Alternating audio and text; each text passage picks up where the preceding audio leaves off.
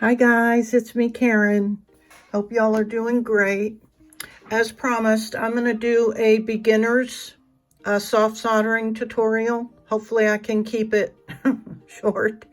I'm going to try not to talk too much, but this is going to be dedicated to my friend, Sheila. Rest in peace. You are missed and you are loved forever.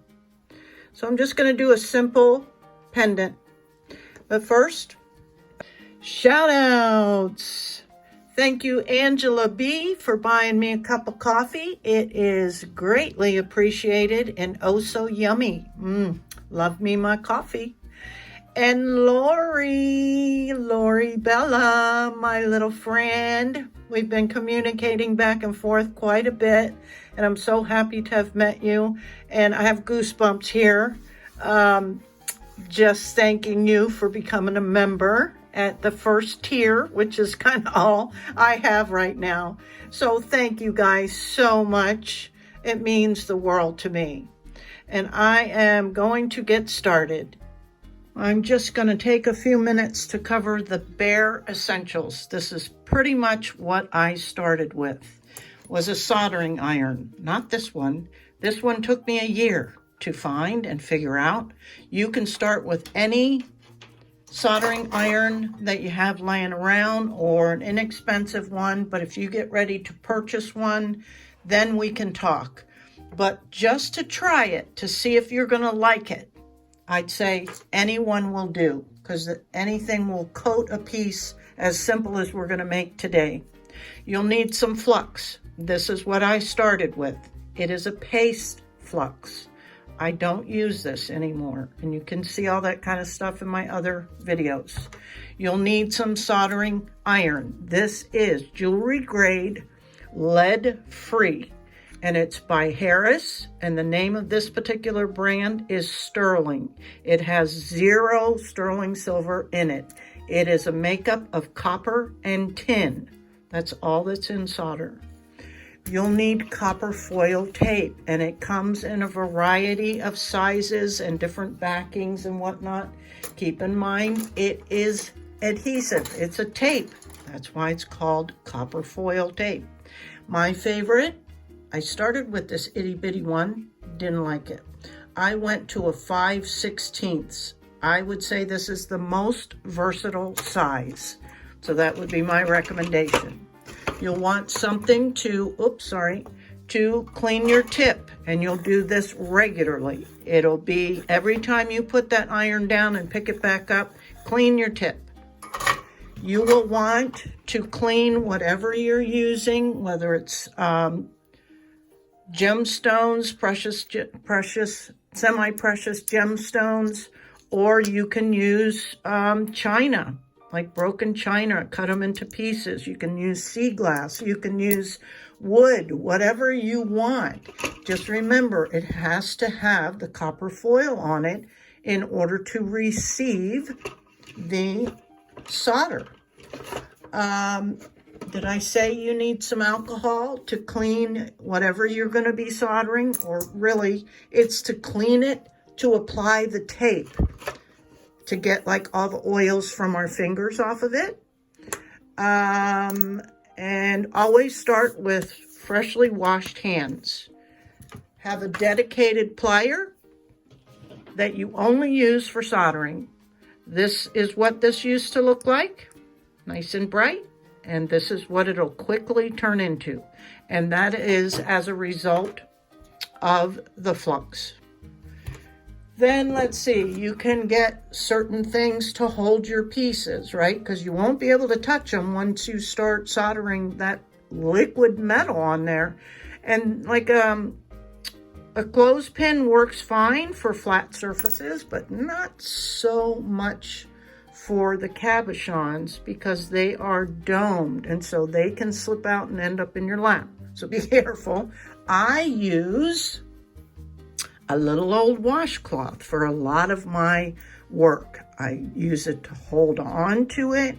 I use it to put and do the application so it doesn't slip and slide all over the place. Some people don't like using washcloths, but I don't find any problem with it at all.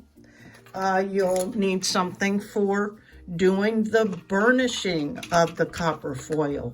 That's where you apply it and then you rub the tape down very securely all the way around, trying to get it as smooth as you can. Then let's see, did I say scissors? I like to have scissors to cut my tape, but you can rip it. Burnishing tools we talked about, or did we? Sorry. You can use a popsicle stick. You can use a cuticle stick. There are legitimate burnishing tools. There's some that are made out of wood and metal, such as this. You can get them in like an agate burnisher. There's all kinds of different things. The key is that they're smooth and they won't scratch or harm whatever piece you're working on. Safety equipment. Lots of people like to use respirators. I get claustrophobic. I tried using the N95 masks and they're better than nothing. But again, I get a little claustrophobic and I wear glasses, so they steam up. What I ended up doing as a solution was I found this cheap little fan at Walmart, and it recharges from your computer or an outlet with the adapter. And instead of having it blowing towards me, I just set it up as an exhaust and set it off to the side of where I'm working so it pulls the fumes out that way. So you can get by with something like that. And I think that's pretty much it.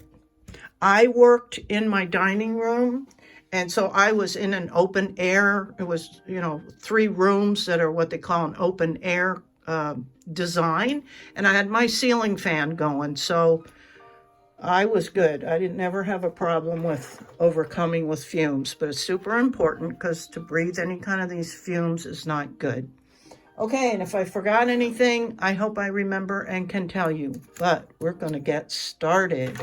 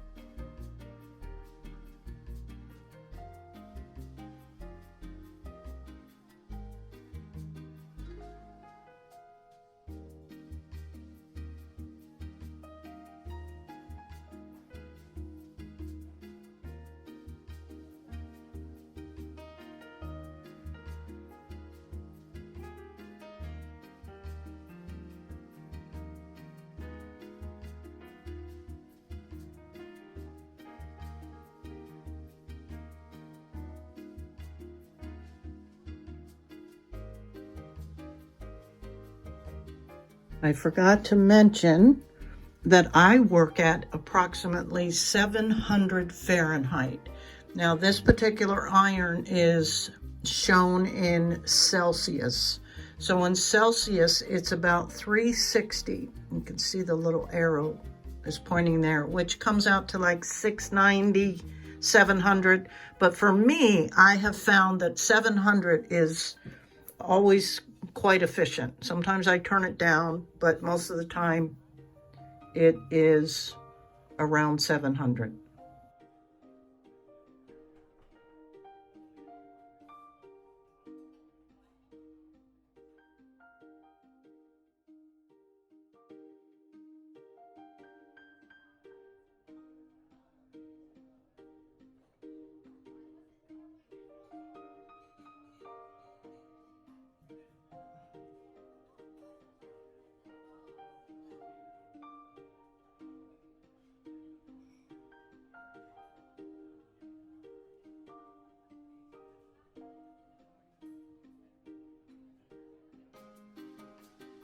So this is basically what you will end up with.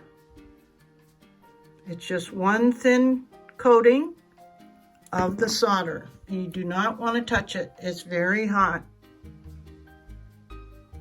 Okay, so that's your basic coating of any surface.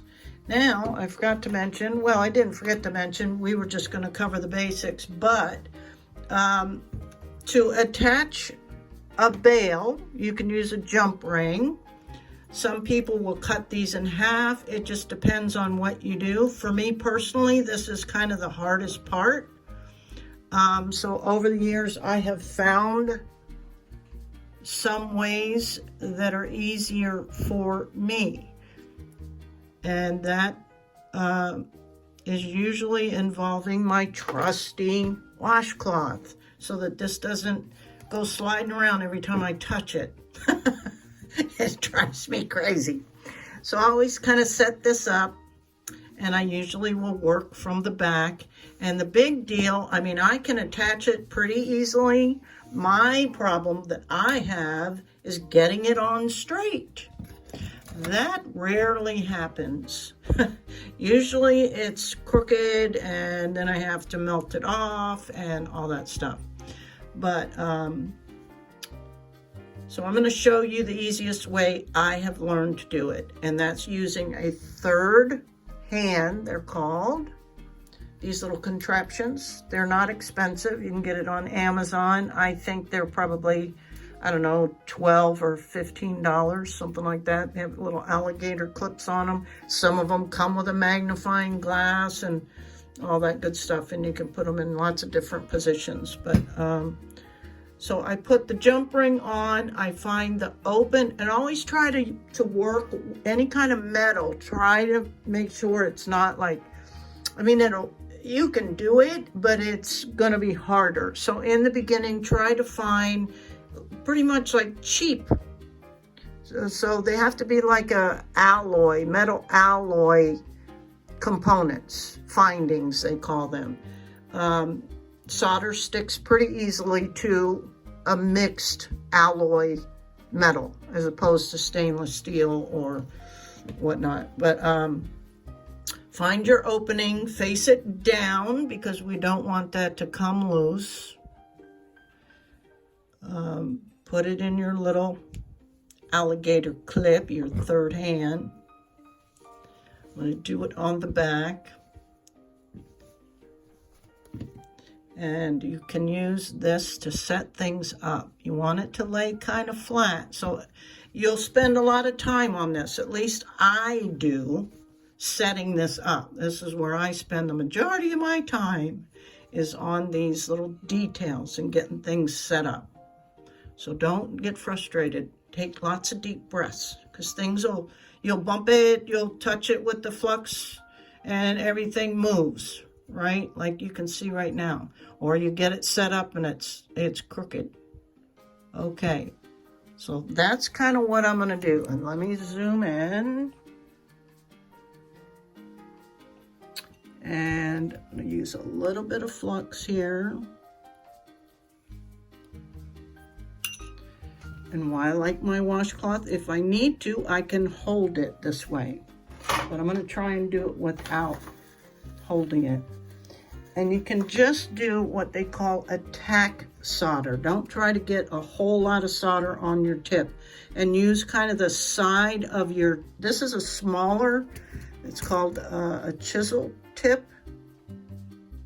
And it's not the one that comes with the iron. The one that comes with irons are usually bigger. This is like a medium size. And I use the side of it quite frequently, and just get the first little drop on there. And usually you'll hear it. But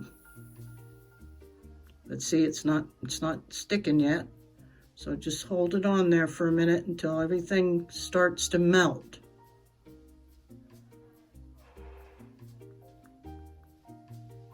And maybe I grabbed a stainless steel jump ring. Don't know. We'll see here in a minute. Because it does not seem to be sticking. And you'll be able to tell this stuff pretty quickly. But I have found that a lot of times I'm impatient. And that's why things don't work. Because I'm expecting it to work instantly. So you see how I'm just taking my time, and I'm just hovering over the solder to keep it kind of molten. And we'll see if this worked. And if it's even.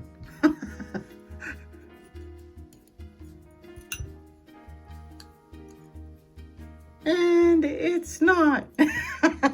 I told you. Oh my gosh, look how crooked. So I have to take it off. And that means I have to get it hot enough to where it's going to release it. So it's good you're seeing this. And like I said, that's the hardest part for me, is getting things lined up straight. I can usually get them on there, but it comes off pretty easily, so keep that in mind too. So the other technique I'll show you, okay, I'm going to try and show you this way. So this is where you can hold the piece. You can set it all up, clean your tip off.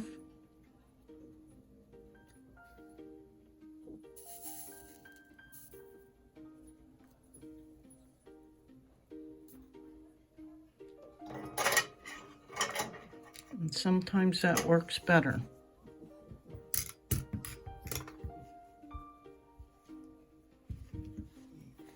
And then we have to see if it's straight again. And look at that, it's not. So what am I doing wrong?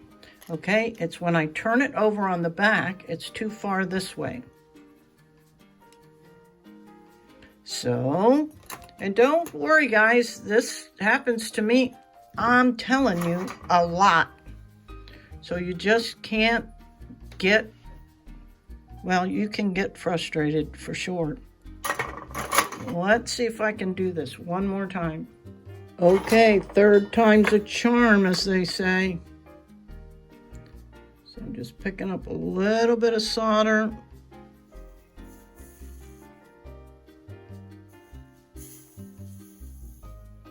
Wait for it to melt.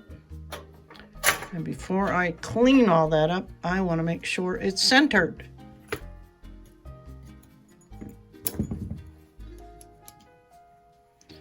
It's better. Yay. Okay, so you see the real deal. But you can see it's kind of thick back here, so I'm gonna, and it could come loose. Be ready for that. Oh boy, that's always fun already when you're frustrated enough. Let's see if I can just clean it up without having it come loose.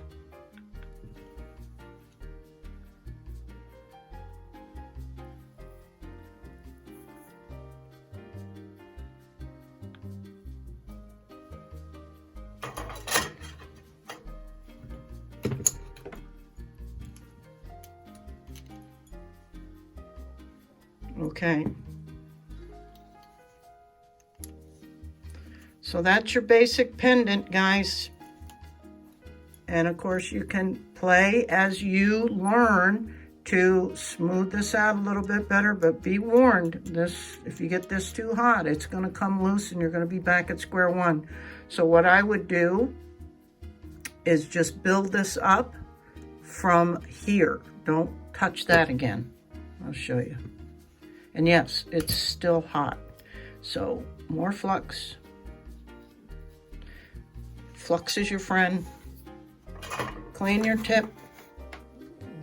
And we're going to build some layers. Now, building layers is sometimes when those less expensive irons fail, because they act like they're going to sleep, or they're in sleep mode when they're blazing hot. And you can test that theory when it won't accept as you're trying to build a layer. Go back to a single layer, and if it works fine on that, then you know it's the iron. And you just need to bump it up and get a better iron. So you see, I just put another bead of solder around that to make it a little bit more smooth all the way around. Okay, so that's it, guys. This is dedicated to my friend Sheila. I'm gonna go clean it up and then we'll see what it looks like. And here you go, guys, after I cleaned it up with just Dawn dish soap, warm water, and a toothbrush. So that's just your basic soft soldered pendant.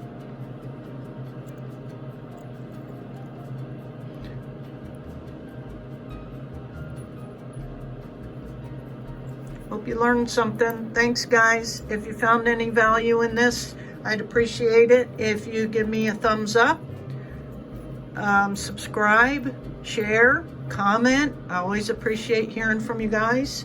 And I have where you can buy me a coffee, or you can give me a super thanks at the bottom of the video.